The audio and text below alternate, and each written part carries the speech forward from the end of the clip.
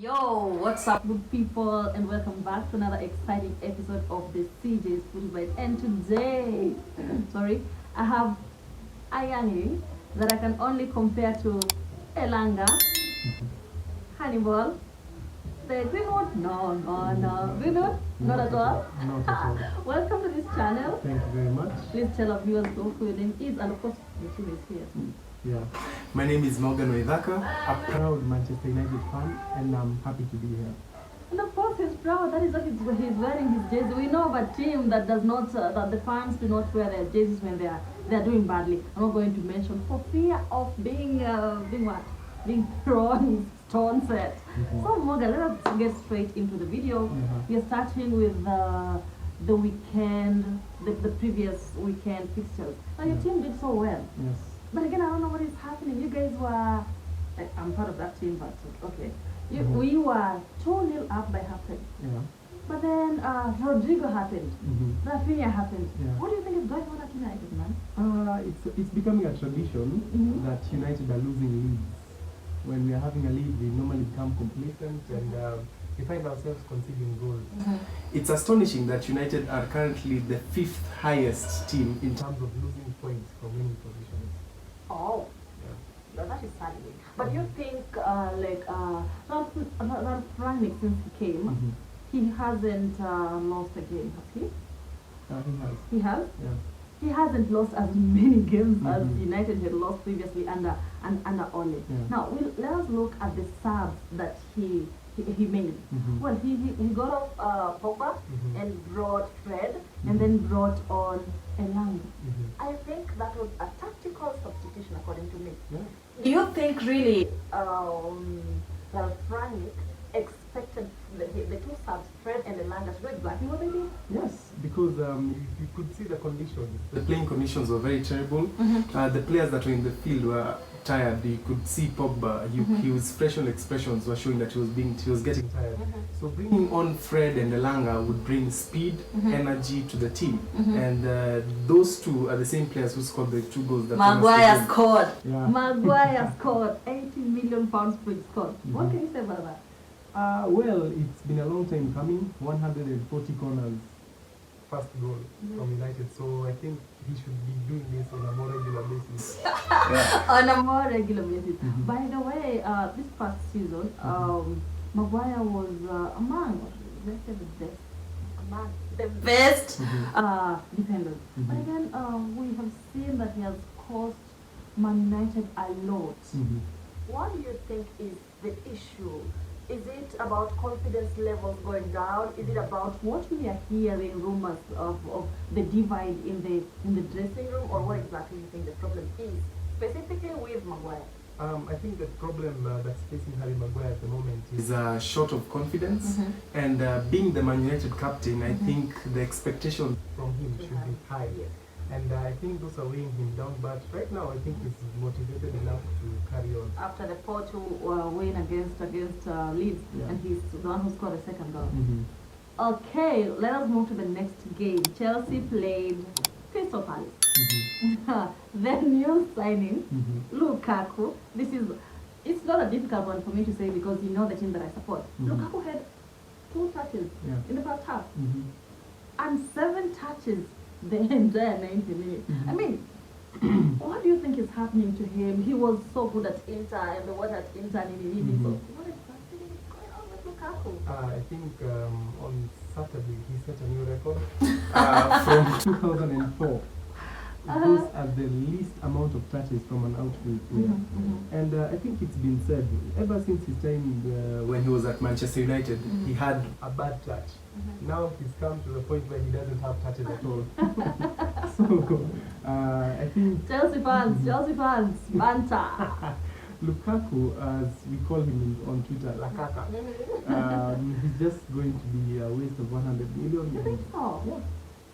Don't you think it's he has not adopted to Tuchel's style of play, or maybe Tuchel is not coming up with a style of play that is revolves around Lukaku so that he's part of the game? So, but if Tuchel was to change his tactics to fit Romelu Lukaku. What would he do to the rest of the team? So he has to put the team. Yeah, he has to put the team ahead of the Individual player. Yeah.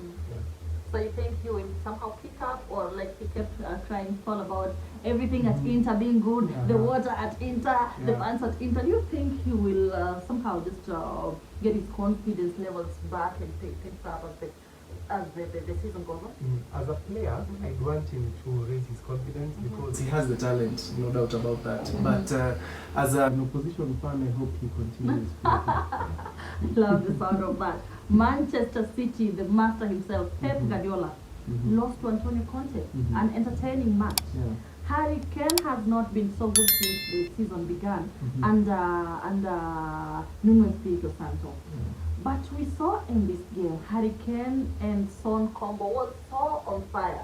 What do you think it is that Pep needs to get right this time around? I think it's not more about what Pep needs to get right. it's more about what Conte got right. Yeah. Because Harry Kane, I think he played like a player who has a point to prove. Yeah. You saw the speculations about him going to Man City. The transfer didn't happen. But today, That day, he played like a player that had a point to prove.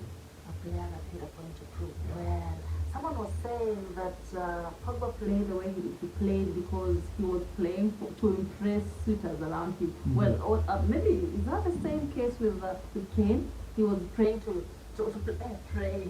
I don't even come from the mountains, man. Playing for something to impress, or maybe for a new contract, or just for transfer in the summer. I think because Pep Guardiola was in the touchline, so he was just playing for him to see what he can bring to Man City. I see. Speaking of which, well, they signed Jack Grealish. He was okay at first, and of course he's an English player, and we all know the hype that revolves around English players. So, well, Grealish, is he living up to the expectations of Man City or the Premier League fans? Not at all. You can see the price tag, 100 million. We call that English tax for the English players. So I think Grealish going to Manchester City was a panic buy from Pep Guardiola because he had just missed out on Harry Kane and he had the money there and there was Grealish available, so they had to sign Grealish. And he had done well the previous season without a striker. But Grealish, naturally, he's not a striker. I don't see him as a left winger. I see him as a creative player, but Man City are stuck in that position. So there's no way he can fit in and penetrate the team. Okay, let us move on to Liverpool against Norwich. Now, this is a small game. Of course, it was so obvious that Norwich could lose to Liverpool. But speaking of which, the season is getting interesting. The title, the rush, whatever, English. The rush to the trophy is becoming quite interesting. City lost to Tottenham. Norwich lost to Spurs, to Liverpool, and now there is only a 6-point difference between City and Liverpool. Liverpool has a game in hand this week against Leeds. Of course, you all know how it's going to end, right? That makes it 3-point difference. In April 9, Liverpool is playing against City. Do you think Liverpool is going to clinch this title? Well, there are two ways to look at It as a United fan. One, I don't want the league to be monopolized by Man City. And two, I don't want Liverpool to win. I know. Yeah. I was coming to that. But from a neutral perspective, I want there to be a challenge. So I want Liverpool to beat City so that it will be a two-horse race till the end. Two-horse race till the end. Actually, that is exactly what I think is going to happen. City is now out of its comfort zone, and we cannot say. I was in some show on Citizen TV, and I thought City was in a league of its own, but I was wrong because having lost to Spurs with a 6-point difference against Liverpool, which has a game in hand, then I think this is getting very, very interesting. Now, Liverpool signed Luis Diaz. Mhm. Do you think this signing has brought a difference to Liverpool's squad? Mhm. I think Jurgen Klopp is a very smart guy when it comes to transfers. The signing of Luis Diaz just adds to the talent that they have within Sadio Mane, Firmino, and Salah. So I think his impact will be felt in Liverpool. So of course it's being felt in Liverpool. Of course, the other weekend when Mane was pulled off, of course Mane and Salah are still going through the AFCON kind of fatigue and all that. So Klopp saw that coming. That is why he brought in Diaz, because when Mane is tired, he needs a fresh pair of legs, and that is exactly why he has Diaz. Now, as we get to the end, towards the end of this video, I want us to look at the transfers, a few transfers this season. I want to rank from the best to the worst. Number one, Lukaku to Chelsea, Messi to PSG, Grealish to City, CR7 to Manchester United. Rank from the best to the worst. From best to worst, I'd start with CR7 to Manchester United. Is that the best? Yes. Really? Without a doubt. Morgan, Yes. I think this was an emotional signing, not a tactical one per se. But within the emotion, It comes in tactical because you can see the amount of games that Ronaldo has won for United. And you He only has 3 goals. Under Rangnick? Yeah. yeah, but under Ole. No, I can't remember. Ole signed Ronaldo for a reason. But it's actually Ronaldo who fired Ole, because Ole had a plan before CR7 came in. So when he came in, he didn't actually need CR7, but when he came, because of the emotions, United could not let CR7 go to City. So when CR7 came in, he kind of disoriented Ole, and in the end, he got Ole sacked. So really, is that the best transfer? When you look From at the United fan perspective? Yeah. Okay, go ahead. I'd say number 2 is Lionel Messi to PSG, although this is not the same Messi from Barcelona. Yes. And if I had the chance, I'd put Lukaku and Grealish both at the bottom. Lukaku, At the bottom. Don't you think that is mean? Not at all, because when you look at The the price tags, 100 million plus for both of them, I think it's absurd. Okay. That's your opinion. Yeah. Now, your top 4 prediction.